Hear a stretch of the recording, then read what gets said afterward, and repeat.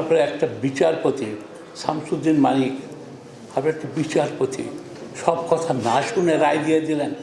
ঠিক যা কাজ করেছেন কাদের মোল্লার বেলাতে, যে কাজ করেছেন দেলওয়ার হোসেন সাইদির বেলাতে, আপনার অল্প সমাপ্ত।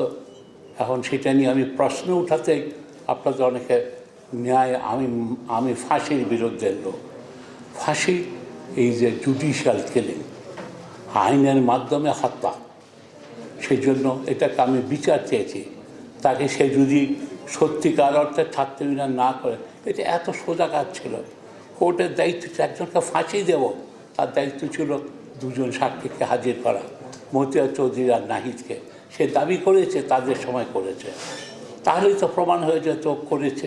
উনি ছাত্রবিধান করতে গেলা, অনেকে জানেন না, তার একটা চিঠির কপি আমার কাছে আছে, অনেকের কাছে আছে। সে পরিষ্কারভাবে সহজে লিখেছে, আমি ছাত্রবিধান করতাম, কারণ আমিও তো ছাত্রবিধান করেছি। আমার জন্য আমি এই ওদিক করিনি, ছাত্রবিধান করছি। ঢাকা কলেজেও করেছি, মেডিকেল কলেজেও করেছি। ছাত্রবিধানের পক্ষে মেডিকেল কলেজের জেনারেল সেক্রেটারিও ছিলাম।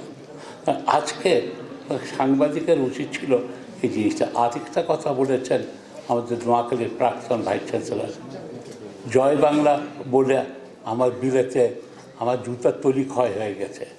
সেখানে আমরা জয় বাংলা বলেছি, শেখ মুজিবের মুক্তি চেয়েছি। ঠিক যেভাবে এই মুক্তিযুদ্ধে আমাদের বিচারপতি মানিক ওখানে অনশন করেছিলেন, খন্দকার মোশাররফও এইসব আন্দোলনে ছিলেন। সুতরাং না জেনে অর্ধেক কথা বলাটা ঠিক না। এটা একটা সত্যের অপচয়। এটা হানিফ করতে পারেন, হানিফ তো রাজনীতি করেন, হানিফ স্টান করতে পারেন। যেমন বলে দিয়েছেন আমি খালেদা জিয়ার অ্যাডভাইজার হলে তো ভালোই হতো, ওনার জন্য লাভ বেশি হতো। আমার কতটুকু লাভ হতে যাই না, তো ওনার জন্য লাভ হতো। আমি ওনার সুবানদ্বয়ী। আপনার খালেদা জিয়ার কথা যখন উঠছে, মাননীয় বিচারপতি মানিক, আপনার তো আওয়াজ ওঠা উচিত খালেদা জিয়াকে জামিনে মুক্তি দেওয়া। আপনার আওয়াজ তোলা উচিত যেসব আলেমরা এখনও জেলে আছে তাদেরকে মুক্তি দেওয়া, এক মুমিনুল হক ছাড়া। যেসব ছাত্ররা কোটা আন্দোলনের যুগে 4 বছর ধরে তাদের মামলা এখনও ঝুলছে, এত বড় অন্যায় আছে, আপনি সেই সম্পর্কে একবারও বক্তব্য রাখছেন না।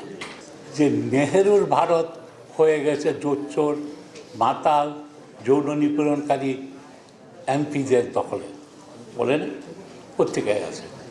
আজকে যখন সিঙ্গাপুরের প্রধানমন্ত্রী বলে তখনও গায়ে লাগে না।